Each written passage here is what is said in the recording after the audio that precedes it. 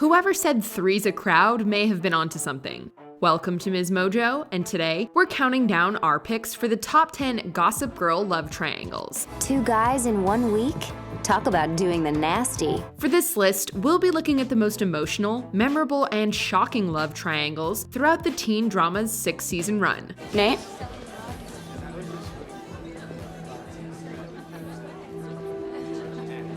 Oh my god. Number 10. Blair, Marcus, and Catherine. Is something wrong? You've been using me to make that guy jealous. Talk about a royal affair. During season 2, Blair discovers that her summer fling-turned-boyfriend Marcus is actually a lord pretending to be an American college student. My name is actually Marcus Beaton. I'm British and a lord. What? She subsequently devotes a lot of energy to impressing his haughty family, including his stepmother, Duchess Catherine Beaton. Blair. Spotted. Lady B acting not so ladylike. Hope you kept the receipt for that tiara, B. Blair shouldn't have wasted her time because, as it turns out, royals are no more well-behaved than our favorite Upper East Siders. In a surprising turn of events, Vanessa finds out that Marcus is hooking up with Catherine, and understandably, Blair breaks up with him. Marcus was just Blair's rebound from Chuck anyway. Number 9. Chuck, Blair, and Dan. What if I lose everything? You'll still have me. Most viewers can agree that Dan and Blair were an unusual pairing. That's why it only seemed natural for her to redevelop feelings for Chuck while she was still dating Lonely Boy. Dan has been trying to keep us apart so he can have you all to himself. Be honest. For once in your life, tell her the truth. She deserves that. Dan and Blair's relationship always felt more like a plot device than a true romance, and we could tell that her heart wasn't fully in it. I love you. You know that, right? I do now.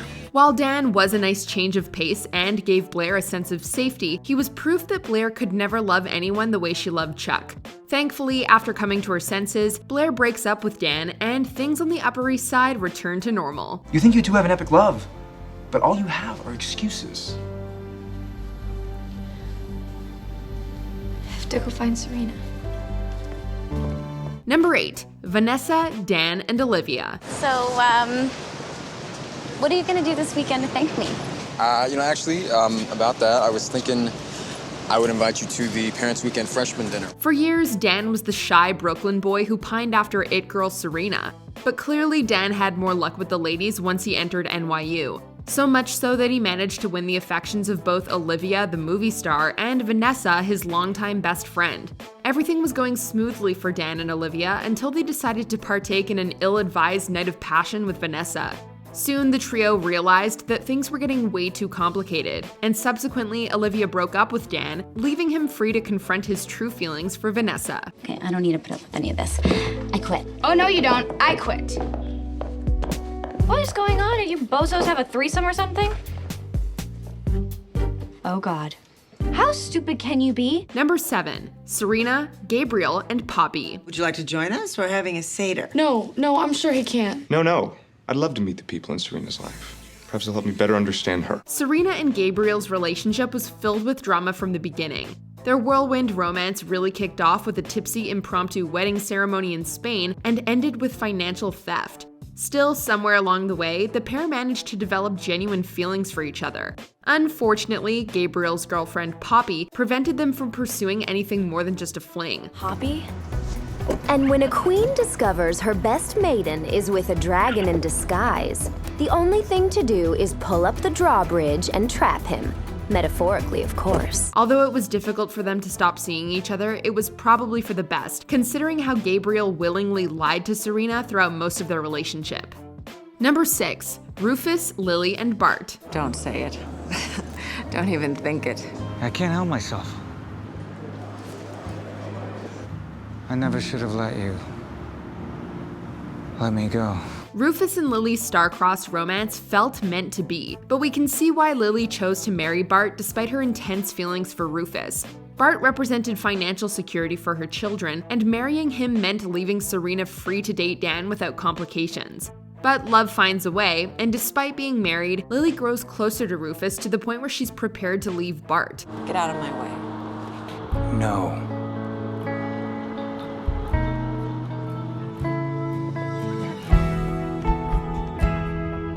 Of course, nothing ever goes according to plan on the Upper East Side. This love triangle reappeared so often throughout the series that it's a miracle Lily eventually decided between them. It'll be my choice who I stay married to, not yours. Number 5. Vanessa, Nate, and Jenny. I know I probably should have asked you sooner, but how would you feel about coming with me to the snowflake ball? Oh, I would love to, but I don't think it's a very good idea right now. Here we witness two Brooklynites battle it out for Nate's attention. Really, Vanessa? Lying and seeing Nate behind my back? I'm so sorry. I have been meaning to tell you, I just wasn't sure how. You knew this entire time! Things began escalating when Vanessa selfishly intercepted Nate's love letter to Jenny to keep him for herself. But the real drama started once the snowflake ball rolled around. Jenny decides to seek revenge by making Vanessa a sheer dress to humiliate her in front of everyone at the dance. Despite her scheming, Jenny ends up with the short end of the stick when Nate chooses Vanessa over her. This complicated situation brought out the competitive side in both Jenny and Vanessa, and things got pretty ugly. All this for a guy? Did you do that to Vanessa? Yeah. You don't understand though, okay? She completely... She lied? Number 4. Chuck, Blair, and Nate. In this romantic entanglement, Blair found herself between the clean-cut Nate Archibald and the erratic but ever-charismatic Chuck Bass. Blair and Chuck first hook up during season 1, while Blair was broken up with Nate. Yes, Nathaniel, I took what Blair kept throwing at you and you kept throwing back. So somehow you screwing Blair for sport is my fault? But of course, seeing Chuck and Blair together causes Nate to rethink their relationship, and he comes scrambling back to Blair. Blair seems to have genuine feelings for both, but especially in the second season, it seemed as though Chuck and Nate were vying for Blair's affection more so that they could one-up each other and assert their dominance. Will you move in with me? Yes. Yeah? Yes, of course I will. You're moving in? Yeah, she is. I'm taking her there now, actually. Number 3. Dan, Serena, and Nate. So I guess now you know why I don't talk to you about things. Sometimes we can't help but go back to what we know best. After ending her tumultuous affair with Tripp, Serena and Nate finally become an item again, but their relationship is anything but smooth sailing. Serena's difficult family life and search for her biological father complicates things as she turns to Dan for comfort rather than confiding in Nate. Of course, Dan and Serena can never stay just friends for very long, and eventually they share a kiss. Last night. Don't even finish those words, unless they end with, was a mistake. This love triangle is proof that Dan and Serena can't be kept apart, even when they're in relationships with other people. You don't have to say anything. I think I already know. Number 2. Chuck, Blair, and Louis. Vous aimez Manet? Je l'adore. Je m'appelle Blair. Louis. Enchanté. Louis and Blair's relationship felt like something out of a fairy tale.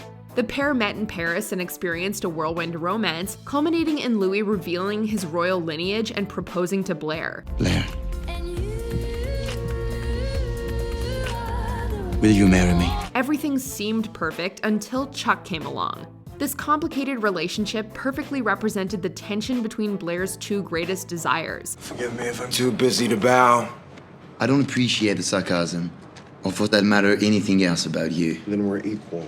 Except I'm not pursuing your fiancé. On the one hand, she always sought the picture-perfect preppy Upper East Side life, and Louis was her golden ticket to privilege, prestige, and even a royal title. Since I'm not seeing him again, there's no reason to embarrass him. I think you're the one who's embarrassed. You have your own dark side. On the other hand, Chuck represented the full extent of her complicated personality and revealed to Blair that true love is more important than fitting into high society. Don't marry him. Chuck. Don't marry him. Before we continue, be sure to subscribe to our channel and ring the bell to get notified about our latest videos. You have the option to be notified for occasional videos or all of them. If you're on your phone, make sure you go into your settings and switch on notifications. Number 1. Serena, Nate, and Blair. Wow. Hi. This is the love triangle that started it all. Spanning numerous years, the relationship between Serena, Nate, and Blair was essentially the main source of drama and tension in season 1, and resurfaced multiple times throughout the series. The origins of this love triangle are basically part of Gossip Girl lore. We all know the story of how Nate cheated on Blair by hooking up with Serena after a wedding, and how this event prompted Serena to leave New York for a while. Look, Blair, I'm really trying to make an effort here. I thought everything was good between us. It was. Before I found out you had sex with my boyfriend.